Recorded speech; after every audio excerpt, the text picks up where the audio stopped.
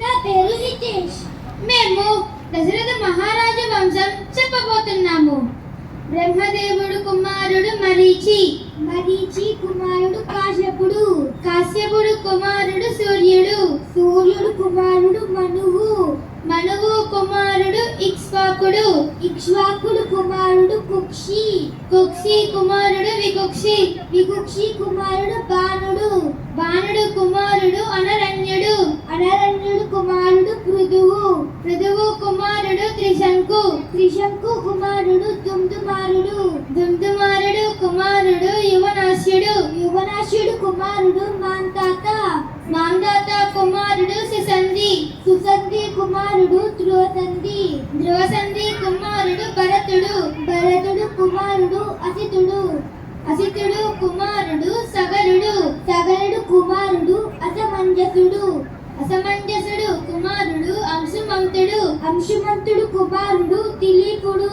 దిలీపుడు కుమారుడు భగీరథుడు, భగీరథుడు కుమారుడు కకుత్సుడు, కకుత్సుడు కుమారుడు రఘువు, రఘువు కుమారుడు ప్రవృత్తుడు, ప్రవృత్తుడు కుమారుడు శంకనుడు, శంకనుడు కుమారుడు సుదర్శనుడు, సుదర్శనుడు కుమారుడు అగ్నివర్ణుడు, అగ్నివర్ణుడు కుమారుడు శీఘ్రగుడు, శీఘ్రగుడు కుమారుడు మరువు, మరువు కుమారుడు ప్రశశుక్రుడు, ప్రశశుక్రుడు కుమారుడు అంబరీషుడు, అంబరీషుడు కుమారుడు నహృషుడు, నహృషుడు కుమారుడు యయాతి, యయాతి కుమారుడు నాభాగుడు, నాభాగుడు కుమారుడు అజువుడు, అజువుడు కుమారుడు దశరథుడు, దశరథుడు కుమారులు రామ భరత లక్ష్మణ శత్రుఘ్నులు, శ్రీరాముడు కుమారుడు లవకుశులు. మేము జనక మహారాజు వంశం చెప్పబోతున్నాము. నిమి కుమారుడు మిది, మిది కుమారుడు ఉదావసువు,